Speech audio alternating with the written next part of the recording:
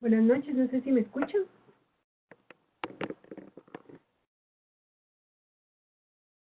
Buenas noches, doctora. ¿Sí se le escucha bien? Sí, como el licenciado Axel dijo que íbamos a comenzar en 10 minutos, me imagino que tal vez por eso no todos se han conectado, solo estamos tres. Correcto. Sí, Entonces, ahorita les voy a avisar a mi grupo para que se conecten. muy bien, ¿cómo vamos con el trabajo final? Pues, en mi caso, comenzándolo, doctor. Bueno, Empezando a ver ya más que todo el contenido que voy a hacer y puliendo más que todo el tema directamente. mañana tienen, Que eso me ha costado un poquito. sí, mañana tienen una videoconferencia, ¿verdad? Con el profesor.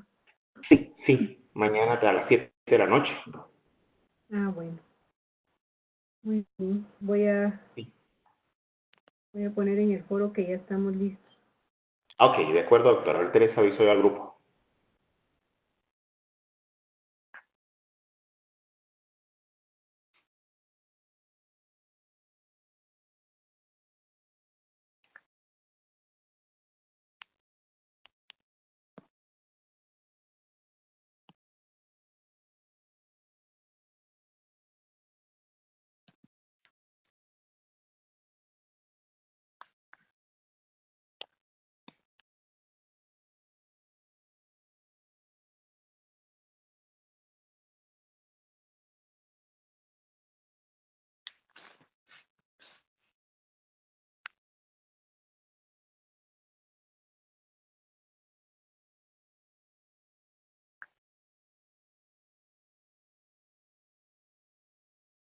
Vamos a iniciar con la conferencia y vamos a ir retomando algunos puntos cuando se vayan integrando el resto de los compañeros. Entonces, buenas noches, bienvenidos y bienvenidas a esta videoconferencia número 2. Les preguntaba al inicio en relación al trabajo de graduación, porque de alguna manera este curso está vinculado con esa parte. La semana pasada tuvimos la oportunidad de hacer algunas revisiones, estaba viendo las tareas, muy, muy buenas, ¿verdad? Muy buenos trabajos. Ahorita ya solo me toca asignarles nota. Veo que hay en muchos casos avances significativos en relación a las a los manuales que tienen la institución que ustedes presentaron. Entonces, creo que estamos ya familiarizados, la mayoría no ha tenido una relación directa con la elaboración de manual. Entonces, eso de alguna manera nos ayuda, ¿verdad? Para que podamos ir definiendo nosotros un criterio propio para poder eh, ir definiendo nuestro manual, ¿verdad? Tengan mucho cuidado con sus micrófonos, por favor, para que no escuchemos ahí la información. Vamos a iniciar con el manual de organización, funciones y puestos. Si ustedes pudieron observar, la mayoría de casos solo nos hablan de manual de organización y funciones. No menciona nada de puestos. Sin embargo, a criterio personal, yo sí soy de la idea en que aterricemos un manual con la descripción de los puestos, ¿verdad? Que en muchos casos, digamos, los que estamos o las entidades que están vinculadas a la Oficina de Servicio Civil, y ahí está establecido el plan de clasificaciones de puestos, el manual de clasificaciones de puestos, ya está de alguna manera como delineado, pero sí vale la pena que el manual de organización y función termine con la descripción de los puestos. Es una sugerencia, ¿verdad? Hay distintas modalidades para su elaboración. En este caso, las instituciones se tienen que vincular mucho a los criterios jurídicos que tienen establecidas, ¿verdad? Porque hay particularidades de cada entidad que nos definen de alguna manera cuál debiera ser como la estructura del manual. Yo les hago una propuesta aquí, ustedes definen si le quitan o le ponen algunas cosas, pero esto es lo que en general debiera de contener un manual de funciones y puestos. ¿Qué es un manual de organización de funciones y puestos? Primero tenemos que decir que es un documento normativo que tiene de una manera ordenada y sistemática la información sobre el marco jurídico y administrativo de nuestra institución, algunas cuestiones como atribuciones, antecedentes históricos, misión, visión, objetivos, y lo vamos a ver creo en otra diapositiva, en la parte sustantiva de nuestro manual, la estructura, la organización, las funciones y los puestos. No quisiera decir que lo demás, lo primero es relleno, no es un relleno, sino que es la contextualización de nuestro manual. Y la segunda parte, a partir de la estructura, es específicamente ya lo puntual que nosotros debemos de dejar definido en el manual. Aquí puede ser un solo manual de toda la entidad, cuando la entidad es pequeña, o pueden haber distintos manuales de cada unidad administrativa o cada dependencia. Yo estaba pensando en un ejemplo, por decirles algo del Ministerio de Gobernación.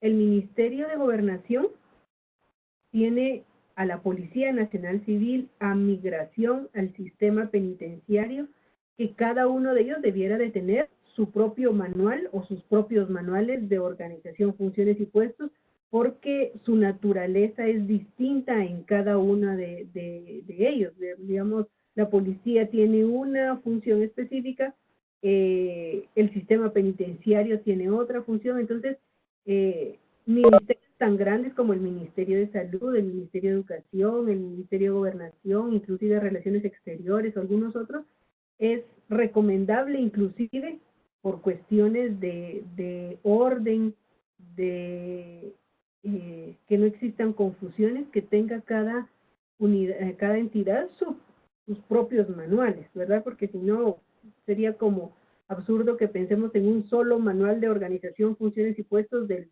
Ministerio de Gobernación cuando tiene tantas dependencias, ¿verdad? O en todo caso, un manual general que solo describa a grosso modo todas las instituciones o las dependencias, y ya cada uno con su manual específico. Ahora, entidades pequeñas como en las que ustedes trabajan, para no mencionar nombres, puede ser que tengan un solo manual, ¿verdad? Que describa cada una de estas partes de la organización. ¿Cuáles son los objetivos del manual? Primero, presentar una visión en conjunto de la institución. Este es uno de los objetivos principales. Según la normativa institucional, que exista plasmar la estructura, la organización, las funciones, los puestos de las diferentes unidades administrativas, dejar claramente establecido, los grados de autoridad y de responsabilidad en los distintos niveles jerárquicos. En ese manual tenemos que dejar claramente las líneas de mando establecidas para orden, para organización de la institución. Y hay otras, ¿verdad?, que veíamos más adelante: la capacitación, la inducción del personal, organizar la entidad como tal, cuidarnos las espaldas de la Contraloría, que ese es uno que queda como, ¿qué les puedo decir?, subliminal, un objetivo subliminal que tiene que estar, ¿verdad? El hecho de que haya que como tener toda la normativa vigente, y otro de los objetivos porque la ley lo manda, ¿verdad? Así de sencillo. ¿Cuál es la normativa que aplica para la elaboración del manual de organización de funciones y puestos? Si tienen dudas, lo pueden hacer de manera verbal, o sea, a viva voz, y lo podemos hacer por el chat. ¿verdad? Si tienen alguna duda o algún comentario. La normativa que aplica de manera directa o general, la ley de los distintos organismos, por ejemplo, la ley del organismo ejecutivo, la ley del organismo judicial, la ley del organismo legislativo, que nos define cómo se estructura como tal el organismo. En el caso del organismo ejecutivo, el decreto 114/97, que define la estructura, la organización y las funciones de los distintos ministerios, secretarías, y deja establecido de manera muy general todas las demás entidades que forman parte del organismo ejecutivo. Entonces ahí hay información que fundamenta la creación.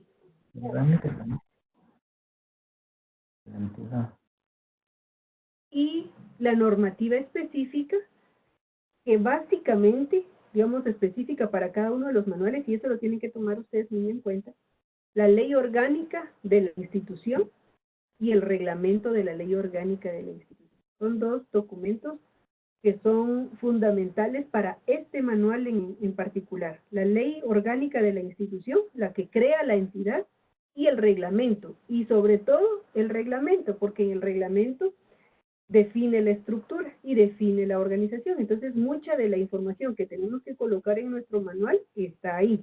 Ahora pensaba, por ejemplo, si ustedes están proponiendo una nueva estructura en sus trabajos, si ustedes están definiendo un manual de organización, funciones y puestos en su trabajo de graduación, por ejemplo, tienen que ir a revisar dentro de la estructura que existe cuál es la que ampara. Si ustedes están proponiendo crear una nueva unidad administrativa, cuál es, y le van a hacer un manual de organización, funciones y puestos a un área específica, ir a revisar a la ley orgánica y al reglamento de la institución, en dónde es donde pega, o cuál es el respaldo, digamos, legal que tiene la creación de la unidad que ustedes van a implementar.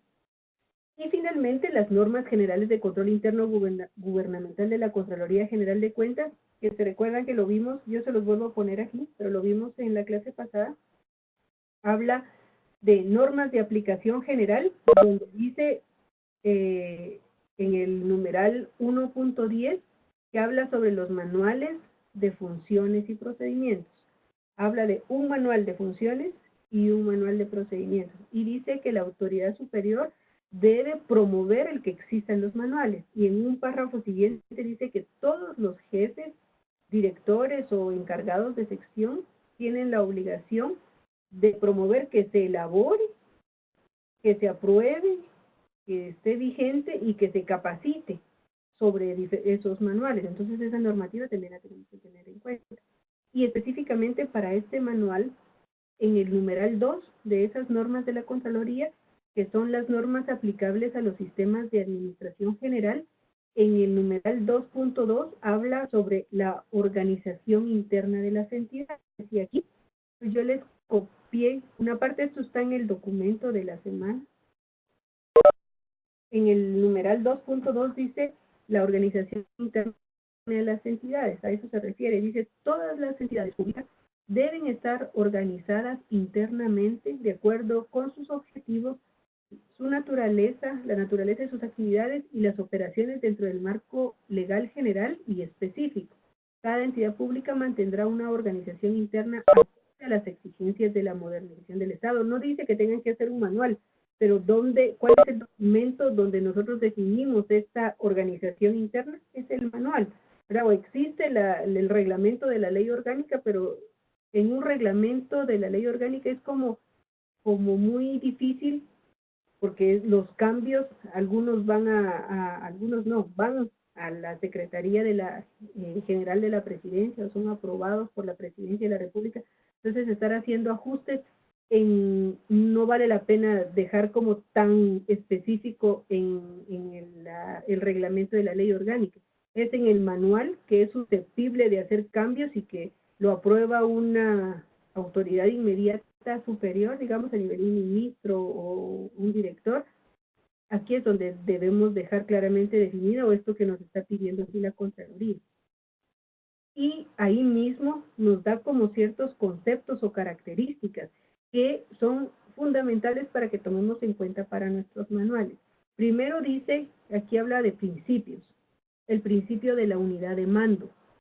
Y dice, cada servidor público debe ser responsable únicamente ante su jefe inmediato superior.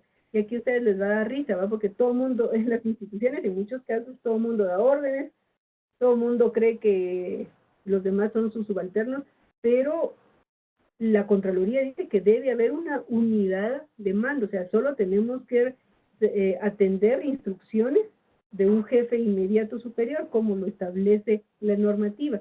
Habla de la delegación de autoridad, ¿verdad? En función de los objetivos y la naturaleza de sus actividades, la máxima autoridad delegará la autoridad en los distintos niveles de mando, de manera que cada ejecutivo asuma la responsabilidad en el campo de su competencia para tomar decisiones en los procesos de operación y cumplir con las funciones que le sean asignadas. Entonces aquí esto lo podemos evidenciar claramente en la organización y en el organigrama estructural de la institución, ¿verdad? Si aquí habla de delegar la responsabilidad administrativa, financiera, sustantiva, de compras, ¿verdad? En un delegado inmediato inferior, ¿verdad? Y eso lo establece claramente la normativa.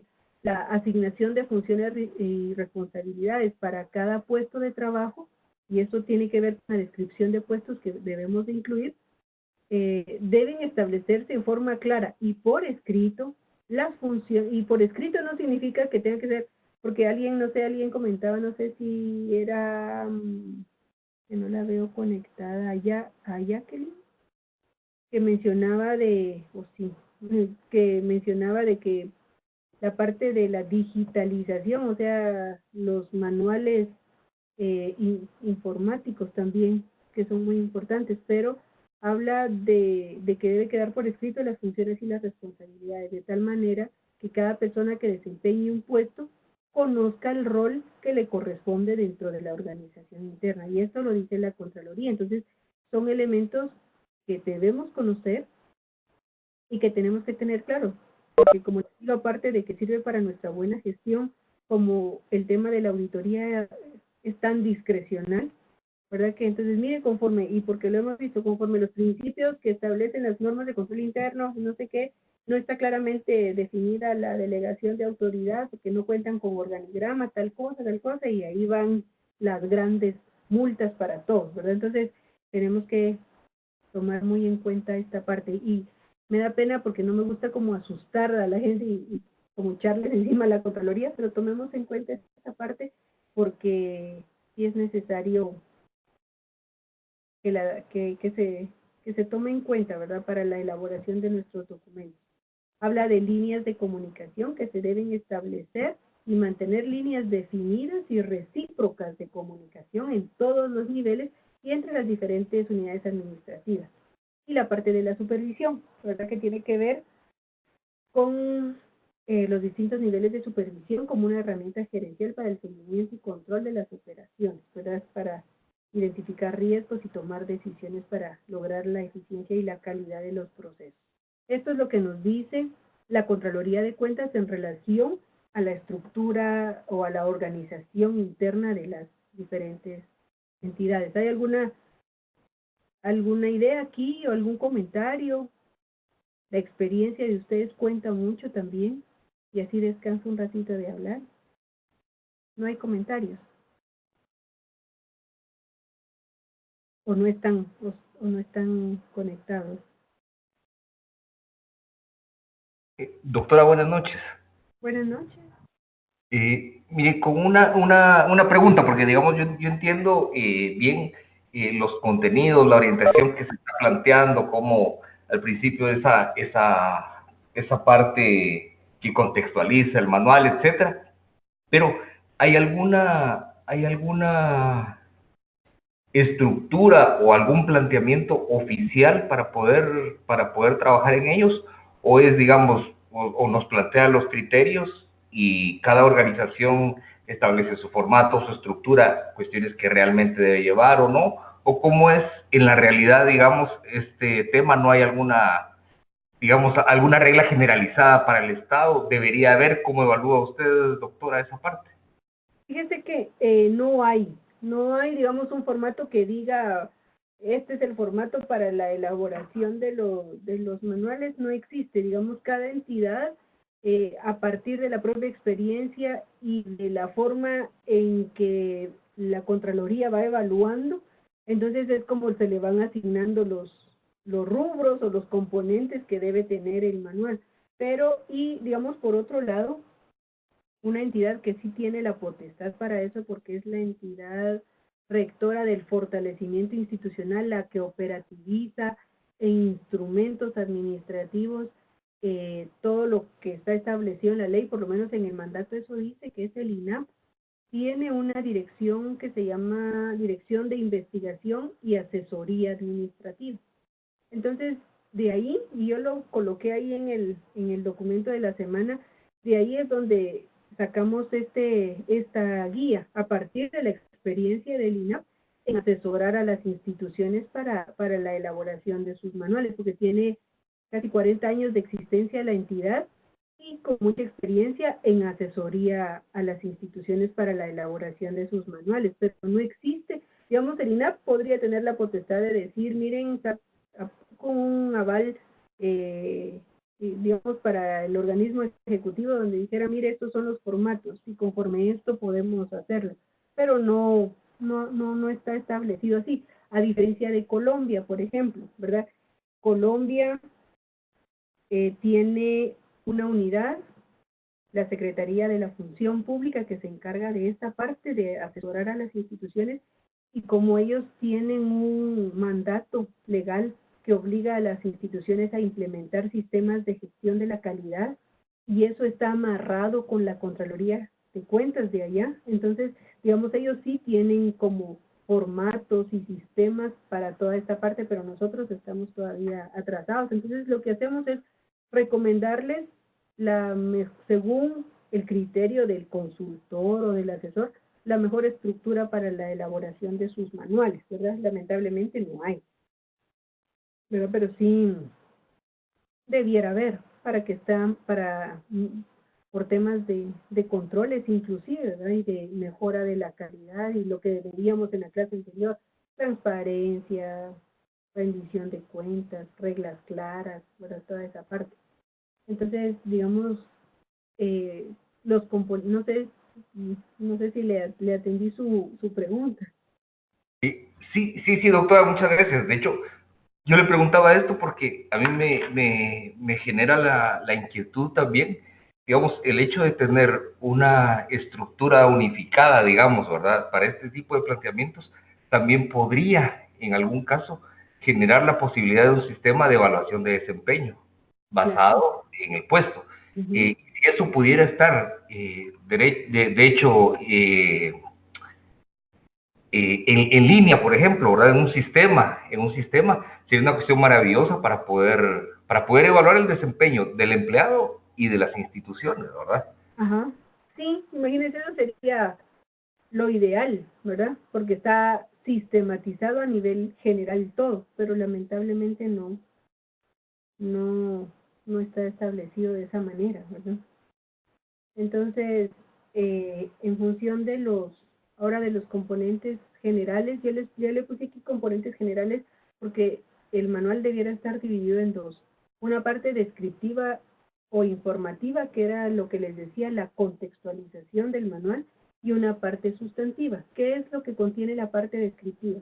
Antecedentes de la institución, el marco legal, que generalmente esta parte del marco legal en todos los instrumentos está en el PEI, está en el Plan Estratégico Institucional, en el Plan Operativo Anual, está en los manuales. El marco legal siempre debe estar porque es, digamos, ahí sí que el marco que rige el accionar de la institución. Entonces, el marco legal tiene que estar. ¿Cuáles son las leyes? La ley orgánica de la institución, su reglamento, la constitución, la ley de descentralización, la ley de consejos de desarrollo, la ley de la PNC, o sea, todas las leyes que aplican a la institución o que son de mandato de cumplimiento obligatorio, la visión y la misión, ¿verdad? Y el acuerdo de aprobación del manual. Esto es muy importante, porque esto valida la existencia, ¿verdad? Que no es el, digamos, el requisito que va a evidenciar si se cumple o no se cumple, pero sí que están aprobados, porque esa es una de las primeras cosas que se evalúan, que estén aprobados, no solo que existan, sino que estén aprobados por la autoridad superior. Y en la parte sustantiva, los organigramas, la descripción de la organización, las funciones de la institución, ¿verdad? Y de las distintas unidades administrativas, y la descripción de los puestos por cada unidad administrativa. Digamos, esto es lo que contiene en sus dos componentes generales el manual. ¿Y cuáles son los pasos para elaborarlo? Primero, identifiquemos la necesidad de elaborar el manual. O sea, ese creo que es de cajón, ¿verdad? Definir el alcance del manual. ¿Lo vamos a hacer a nivel global de toda la institución o vamos a hacer varios manuales de acuerdo a cada una de las diferentes unidades administrativas? Eso tiene que estar claro desde el principio, ¿verdad? Incluso dejarlo establecido en la normativa que aprueba los manuales. Van a ser, digamos, tantos manuales como unidades administrativas hay. O hay únicamente un manual, ¿verdad? Entonces yo creo que abarca toda la entidad. Eso tiene que quedar muy claro. Elaborar los instrumentos para recabar información, que esas son guías que cada unidad o de la entidad o la unidad encargada de hacerlos tiene que levantar como un cuestionario o una guía para ir a recabar la información que va a necesitar para su manual.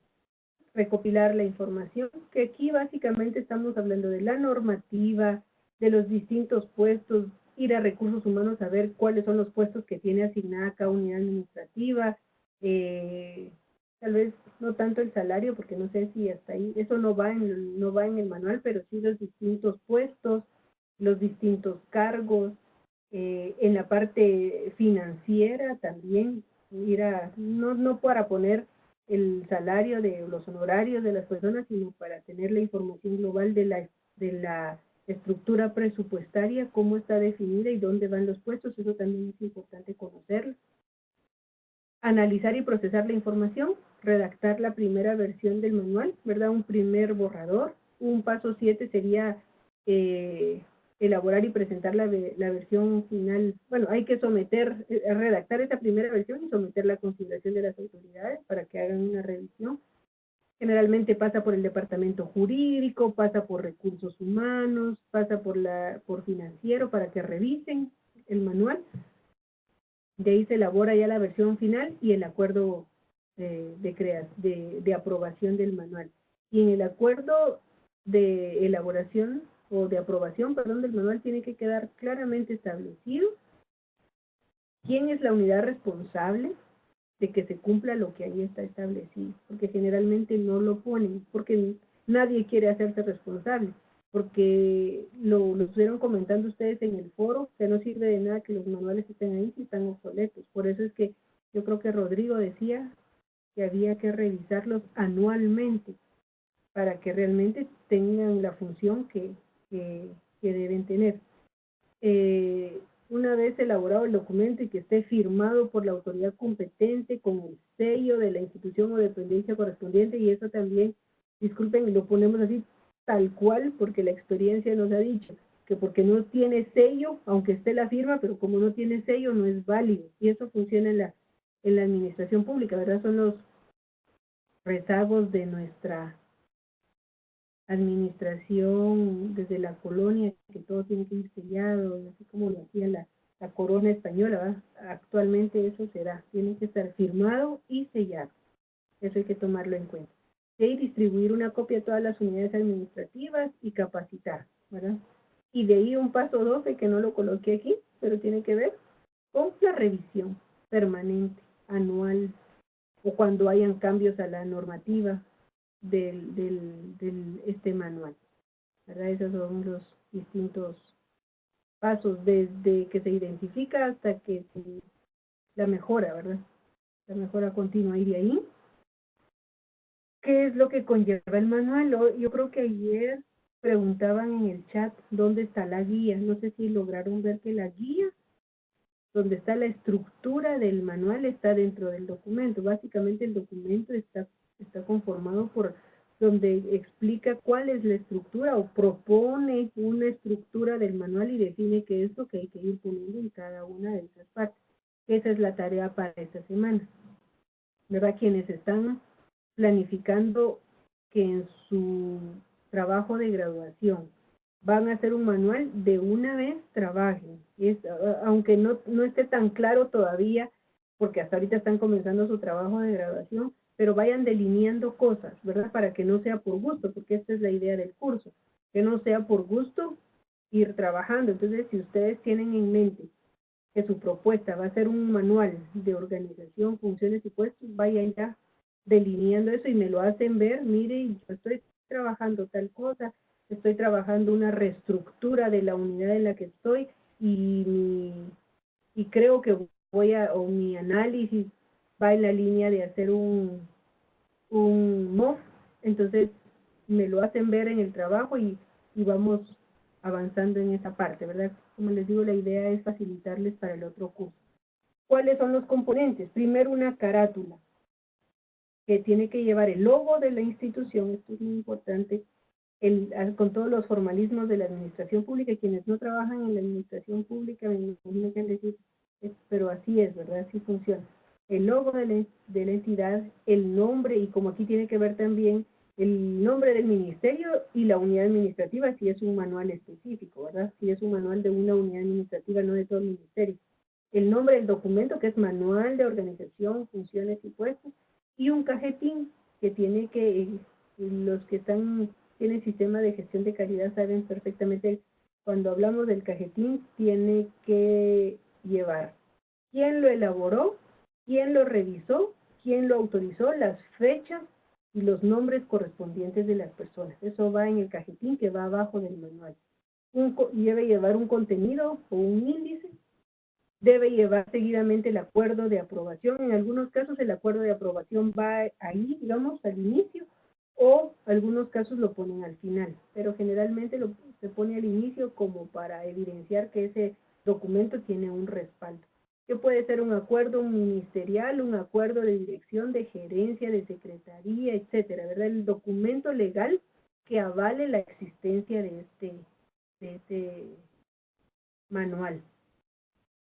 La introducción, que es lo que nos da, digamos, en la introducción generalmente lo que se coloca es el panorama general del manual. Se describe brevemente el documento y su importancia. Digamos, este manual se compone de 4 partes, ¿verdad? O de 2 partes. Una parte descriptiva que define la institución, sus antecedentes, su marco legal, y una parte sustantiva que tiene ya la estructura, la organización. Es como describir qué es lo que ahí o para qué nos va a servir, por qué es importante que exista este manual.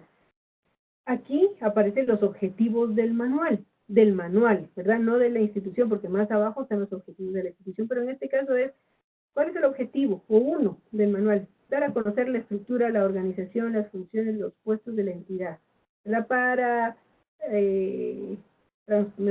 para la transparencia, para la mejor gestión, ¿verdad? Y eso puede ser uno o varios, inclusive en la guía dice, les sugerimos algunos, ¿verdad? Otro ítem es el campo de aplicación de manual, es decir, su cobertura, ¿verdad? Este es un manual que cubre a todo el ministerio, ¿verdad? A toda la secretaría, incluyendo todos sus puestos específicos, o dice, este es un manual que describe en general a todas las unidades administrativas de este ministerio, ¿verdad? Y es únicamente un manual para toda la entidad. Entonces, eso de la cobertura del manual tiene que quedar muy claro desde el inicio. Los antecedentes de la entidad, un máximo 2 hojas, porque no van a contar la historia desde que se creó, pero sí, digamos, cuál ha sido la función de la entidad, en qué año se creó, mediante a qué acuerdo gubernativo, los aportes significativos que ha hecho la institución a nivel en temas de salud, de educación, o por ejemplo, el CENACYT, al tema de la ciencia y la tecnología, cuenta con varias políticas públicas que refuerzan su quehacer institucional y ¿verdad? Toda la organización está dirigida al cumplimiento de tales cosas, así, ¿verdad? Como una manera muy general. De ahí la estructura de la organización, y aquí tiene que ver con, aquí les puse, al hablar de estructura organizacional, es listar cada una de las unidades administrativas según el reglamento, según básicamente el reglamento de la ley orgánica. Yo no sé, digamos, si usted, me imagino que todos conocen un reglamento de la ley orgánica de una entidad, y generalmente ese reglamento es un acuerdo puramente operativo, que desagrega todas las unidades administrativas y todas las, de manera general, digamos, todas las unidades administrativas que forman parte de la institución. Entonces aquí, si ustedes ven, listamos, digamos, dice despacho del secretario general, vicedespacho, o viceministerio de tal cosa, viceministerio de tal otra, dirección administrativo-financiera, y dentro de la dirección administrativo-financiera, la subdirección administrativa, la subdirección financiera. Entonces es solo listar, ¿verdad? Con viñetas o con números, cuáles son las instituciones, y eso creo que es un copy-paste del reglamento de la ley orgánica. Y ahí está el organigrama estructural de la entidad, que es un diagrama, ¿verdad? Es una imagen que lo que hace es mostrar las líneas de dependencia, las líneas directas, las líneas staff de la institución o de la unidad administrativa que estamos analizando, ¿verdad? Como les digo, si es una institución muy grande, hay dependencias que un organigrama de una unidad es grandísimo, ¿verdad? Con muchas relaciones de estructura. Entonces, tenemos que poner el organigrama. Y me imagino que todos lo tienen, entonces ya es también copiar y pegar. O si ustedes están definiendo una estructura nueva, entonces también ahí lo colocamos. La base legal de la entidad, ¿verdad? O sea, eso también yo creo que lo mencionamos más adelante, cuál es la ley que rige la institución, la misión, la visión, que eso lo copiamos del PEI y del POA, ¿verdad? No tenemos que inventarnos nada, eso ya está establecido en la institución, a menos que sea una entidad nueva o que no tenga planes. Los objetivos de la entidad, esto está en la ley orgánica de la institución, copy-paste también, ¿verdad? Esto no nos tenemos que complicar. Las funciones de la institución, ¿verdad? Desde el despacho superior hasta la unidad administrativa más baja, y esto también está en la ley, ¿verdad? Las funciones generales de la institución. Digamos, ponemos la dirección de, bueno, los despachos superiores, ¿verdad? ¿Cuáles son las funciones en general de la institución y de las distintas unidades administrativas? Y ya después entramos, por ejemplo, la dirección de recursos humanos. ¿Cuáles son las funciones y cuáles son los puestos que tiene esa dirección? Y ahí es donde ya aparece la descripción de puestos. Que la descripción de puestos es un cuadro, yo les voy a mandar ahorita al finalizar como el formato que pueden llenar para la descripción de los puestos, porque ¿qué es lo que tiene la descripción de los puestos? Es un cuadro que describe cada uno de los puestos que pertenecen a las instituciones, digamos, o a las unidades administrativas, perdón. Digamos, si es una persona que va a trabajar un manual de la Dirección de Cooperación Internacional, por ejemplo. O creo que vi algo ahí, pero no, mejor no doy temas de los que he visto que me han mandado algunos copias, pero si fuera la Dirección de Cooperación Internacional. Entonces, ponen, en el caso de lo que está establecido aquí en la parte de las funciones en general, lo que dice la normativa, de la Dirección de Planificación, de Cooperación, perdón, y los distintos puestos que forman parte de la dirección. Y en la descripción de los puestos lo que ponemos es el cuadro. ¿Y qué es lo que tiene ese cuadro? Primero tiene un correlativo o código que nosotros mismos vamos a definir, ¿verdad? Porque no hay una normativa que diga el código del puesto como tal.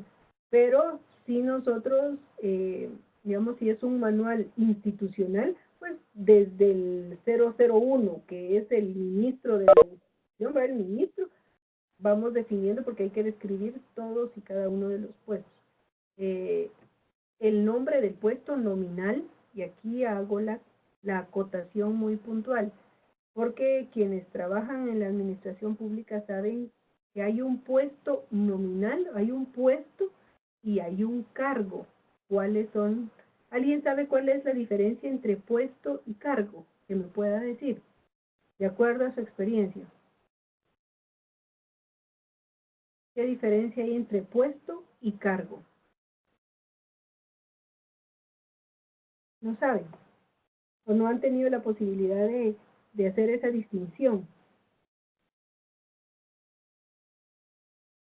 Pues miren, el puesto es lo que establece el plan de puestos de ONSEC, ¿sí?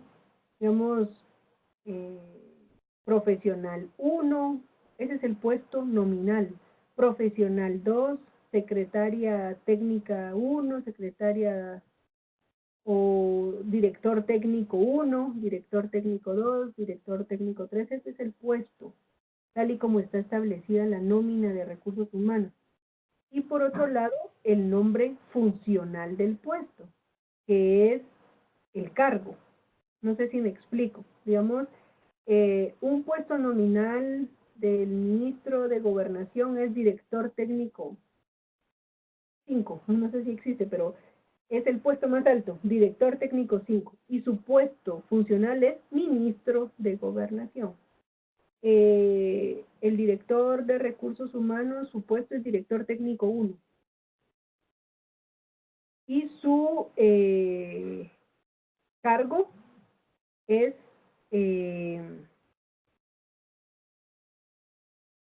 jefe de dirección, director financiero. Dice Elfa, nominales, profesional especializado 1 y funcionales, jefe administrativo y financiero. Exactamente así es, ¿verdad? Digamos, así es como funciona. Profesional especializado 1 es el puesto. Y el cargo o el puesto funcional, que le llaman también, es jefe administrativo y financiero. Ese es un ejemplo.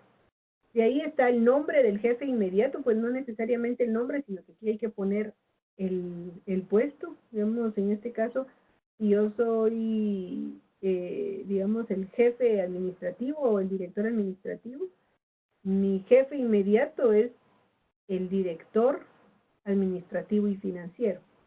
Y en otro apartado ponemos los subalternos, ¿verdad? El nombre de los puestos o de los cargos, no nombres de personas, sino que de puestos. Digamos, en este caso, si yo me estoy colocando como asesor profesional especializado 1, ese es mi puesto. Mi cargo es directora de cooperación internacional y mis subalternos, digamos, mi jefe inmediato es el ministro y mis subalternos son el jefe de cooperación bilateral, o el coordinador de cooperación multilateral, ¿verdad?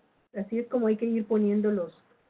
De ahí el objetivo del puesto, para qué está creado ese puesto específico, digamos, persona, cumplir con las adquisiciones de la institución, o en el caso de si fuera, en este caso yo como jefa o como directora, digamos, de cooperación internacional, ¿cuál es el objetivo de ese puesto? ¿Verdad? Promocionar a la entidad a nivel internacional o vincular con cooperación o con fuentes cooperantes a la institución, ¿verdad? Ese es el objetivo del puesto.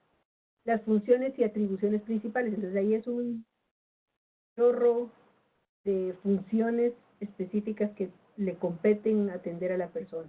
¿Verdad? Digamos, si es una secretaria, a recibir, atender llamadas, revisar correspondencia y, ¿verdad?, listar lo que le compete hacer. ¿Verdad? Y aquí a muchos no nos gusta porque hay muchos casos son como muy específicos, entendería más. Hay gente que pone que tiene que lavar trastos o cosas así, pero yo creo que eso ya es como muy específico. Pero las funciones del puesto. De ahí que tengo como responsabilidades en función, porque esto tiene que ver también con la tarjeta de inventario que cada uno tenemos, los que somos o los que estamos como 011. Los bienes que tengo asignados, ¿verdad? Mesas, sillas, todo eso de acuerdo a la tarjeta de inventario. Equipos de cómputo, teléfono y los materiales de oficina, ¿verdad? ¿Qué es lo que se asigna? En general esto es como muy repetitivo, ¿va? ¿Qué materiales? Papel, lapicero, es lo que se le asigna para su trabajo específico.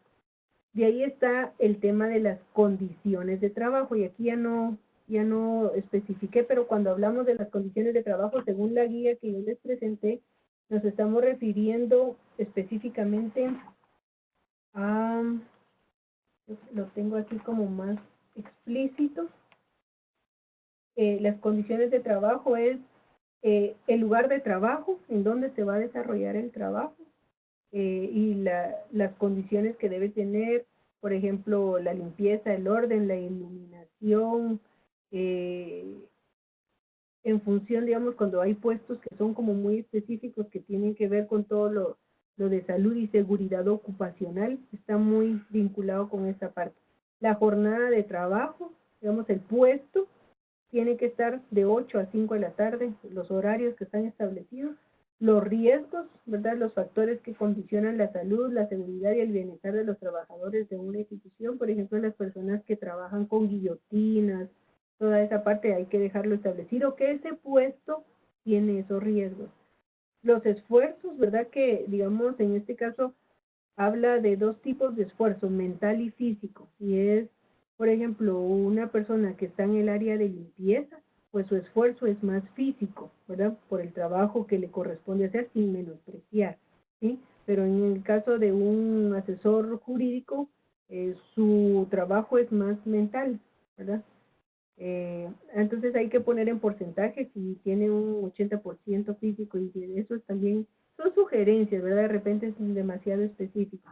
Y de ahí las especificaciones del puesto, según el manual de clasificaciones de puestos que tiene ONSEC. Y esto básicamente está dividido en dos partes. El tema de la educación, que requiere el puesto, ser secretaria bilingüe con tantos años digamos, el título. Y por otro lado, la experiencia, ¿verdad? Describe los requisitos de experiencia general y la experiencia específica que se requiere para ese puesto. Entonces, de alguna manera, si ustedes ven, digamos, la realidad dice otra cosa, porque en general ustedes han visto que cuando uno revisa esto y analiza los perfiles de las personas que ocupan los puestos, ahí deja mucho que desear, ¿verdad? Pero el manual llega hasta este grado de detalle, donde tenemos que definir lo que se requiere para que el puesto se desarrolle de la mejor manera posible, ¿verdad? Entonces, eso es lo que, y aparte, la guía también nos dice que debemos, que si hay anexos, si aplica anexos instructivos, acuerdos específicos para el manual, se pone, y un glosario de términos si aplica, ¿verdad? Porque en muchos casos, a veces nosotros, ahorita lo hice, no sé si se dieron cuenta que el PEI, que el POM, que el POA, y la gente, mucha gente no está familiarizada con esos términos, entonces tenemos que ser, si se requiere definir, ¿verdad? Los puestos. Entonces, los manuales, Claudia nos dice que en las instituciones, ¿quiénes son los responsables de los manuales? Recursos humanos y planificación. ¿Quiénes son? Son recursos humanos y planificación. Eso es algo que hay que dejar claro. Fíjense que no hay ninguna normativa, yo les digo porque tuve, buenas noches, con una duda, ¿la descripción de puestos solo va en todos los manuales o solo en los de organizaciones? No, la descripción de los puestos va solo en el manual de organización, funciones y puestos, solo ahí va. O sea, en el resto de manuales no, a menos que ustedes hagan un manual de puestos específico. Pero igual hay que repetir, porque no vamos a poner solo listar los puestos si no sabemos a qué estructura organizacional le estamos planteando. Entonces, la descripción de los puestos solo va en este manual, en ningún otro, a menos que la institución defina que debe ir en algún otro, lo tiene que colocar, pero de lo contrario no, solo aquí debemos de ponerlo. Vamos a ver, Claudia nos había preguntado algo.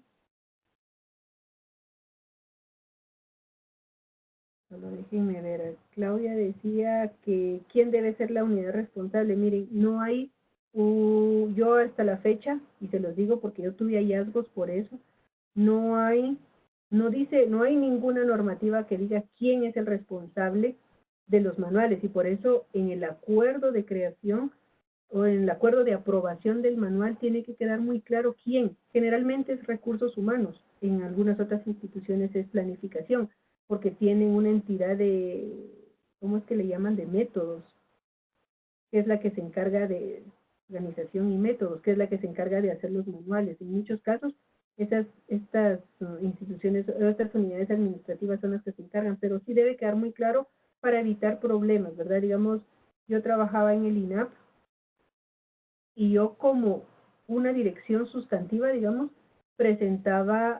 asesoraba a las instituciones para hacer sus manuales. Entonces, nuestra unidad, nuestra dirección, asesoró al INAP en sus manuales, pero no éramos los responsables de que se cumplieran los manuales, y los hallazgos me cayeron a mí, porque no estaban actualizados los manuales del INAP, y fue cuando yo ya no trabajaba en el INAP que me cayó ese hallazgo.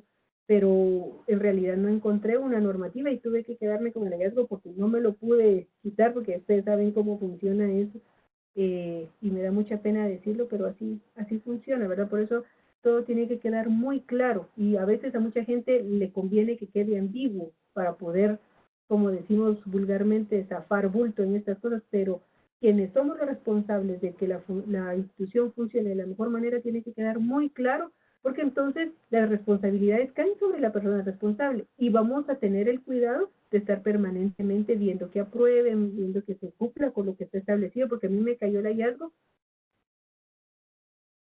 por, digamos, bueno, yo la sigo creyendo absurda, ¿verdad? Porque yo era la directora de la unidad que asesoraba a las instituciones para la elaboración de sus manuales, no era la responsable de que hubieran manuales, ¿verdad? Y Rodrigo nos dice que hay instituciones que trabajan 3 manuales por separado, uno de organización, uno de funciones y uno de procedimientos.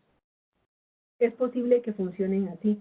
Yo soy de la idea que haya uno de organización y funciones con los puestos y otro solo de procedimientos, porque una entidad grande, los manuales de procedimientos, lo vamos a ver la otra semana, son unos manuales grandísimos de todos los procedimientos. Imagínense los procedimientos de compras, ahorita con todos los cambios que han habido a la ley de contrataciones.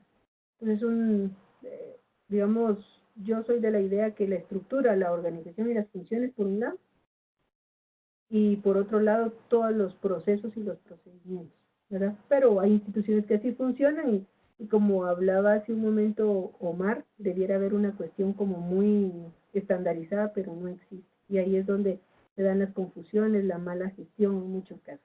¿Cuáles son las limitaciones de al final, digamos, viéndole, como decimos desapasionadamente, las limitaciones que tiene un manual de organización, funciones y puestos? Su diseño y actualización requieren de tiempo y costo elevados.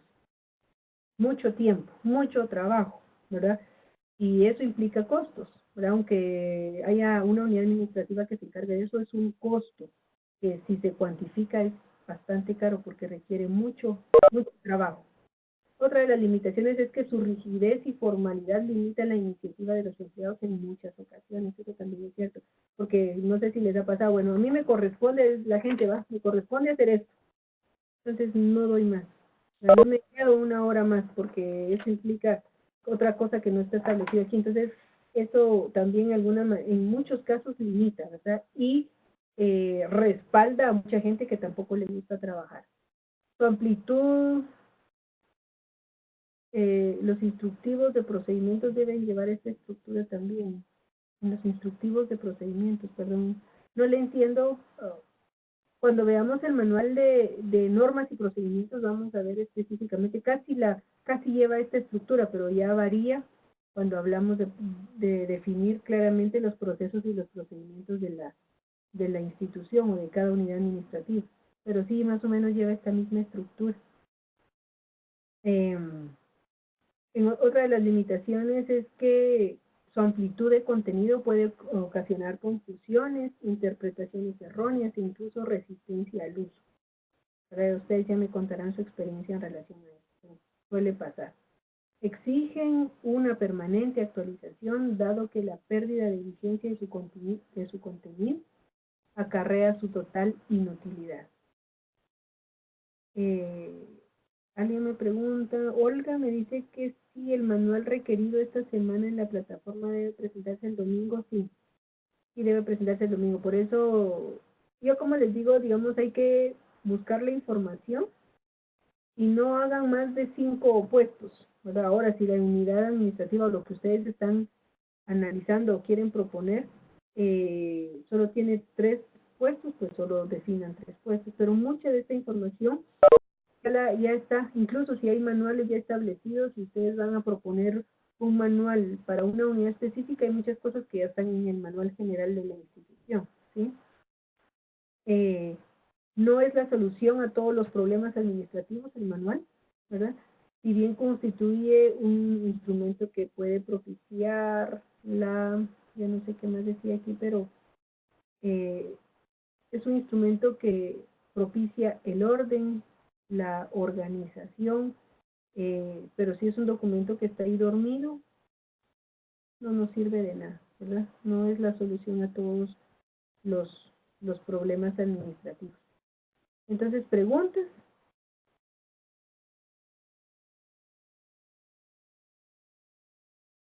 ¿Alguien que quiera preguntar alguna cosa? O las instrucciones de la tarea. Dice que dentro de la asesoría jurídica son solo 4 personas. Si usted va a elaborar un manual para la asesoría jurídica, me imagino. Entonces solo describa 4 puestos. Y solo hay 4. Doctora, buenas noches nuevamente. Buenas noches, dígame. Y mire, con una pregunta precisamente de la tarea. Usted nos va a compartir el documento, la guía específicamente, La con guía todos los contenidos. ya la tienen. La guía ya está en el documento, digamos en el documento de la semana, en la página, vamos a ver, pues, inicia con una descripción de lo que es el manual. Dice generalidades, creo, ¿verdad? Dice que... Ajá, el punto 2 dice elementos que debe contener el manual, y el punto 3 es la guía para la elaboración del manual de organización, funciones y puestos. Eso lo dice el documento.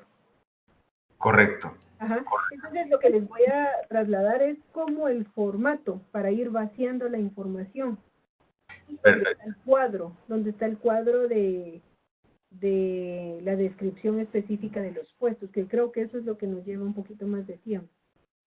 Correcto. Y doctora, si fuese tan amable de enviarnos la presentación, que a mí la verdad que me aclaró muchísimo, creo que podría ser de mucha utilidad. Sí, a mí, recuérdenmelo en el chat, por favor, porque, como dijeron los patojos, pelo cables, y ya, pero yo se las paso. Les voy a pasar la semana pasada y esta también, ¿verdad? Para que ustedes la tengan ahí. Y les voy a trasladar, yo lo tengo, voy a buscar como el formulario, no, ¿cómo es? La plantilla, para que ustedes ingresen ahí la información. Excelente, muchísimas gracias, doctora. Muy bien.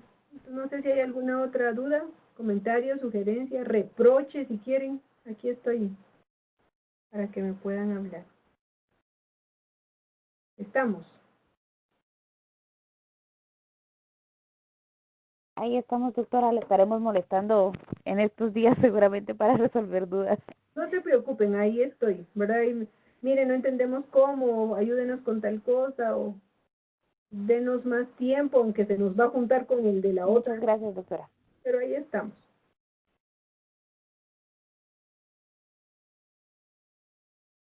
No sé si hay alguna otra cuestión. Olga nos dice que no tenía claro que era de solo una unidad.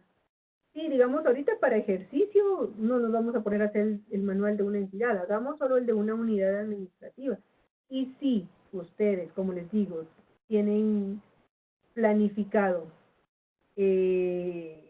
plantear un manual de este tipo en su trabajo de graduación, vayan de una vez trabajando para que no nos toque trabajar dobles, ¿verdad? ahorita hacer uno solo para el curso y después otro para su trabajo de graduación. No, de una vez háganlo. Ahora, si no tienen planificado hacer un manual o no creen que el aterrizar su análisis va a ser con un manual de este tipo, solo hagamos un ensayo corto para que aprendamos a utilizar la herramienta, nada más, ¿verdad? La idea es que tengamos las competencias para poder elaborar en cualquier momento un manual. Entonces, si no hay ninguna otra duda, les dejo hasta aquí y les deseo una feliz noche. Ahí estamos en comunicación, en el chat, en el foro, por donde podamos, ¿verdad? Y me comprometo a mañana, miércoles, tener ya calificados los trabajos. Les deseo feliz noche. Feliz noche, Karina. Feliz noche a Claudia. Buenas noches, doctora. Gracias. Buenas noches, doctora. Feliz noche. Gracias. Gracias, doctora. Descansen. Gracias igualmente.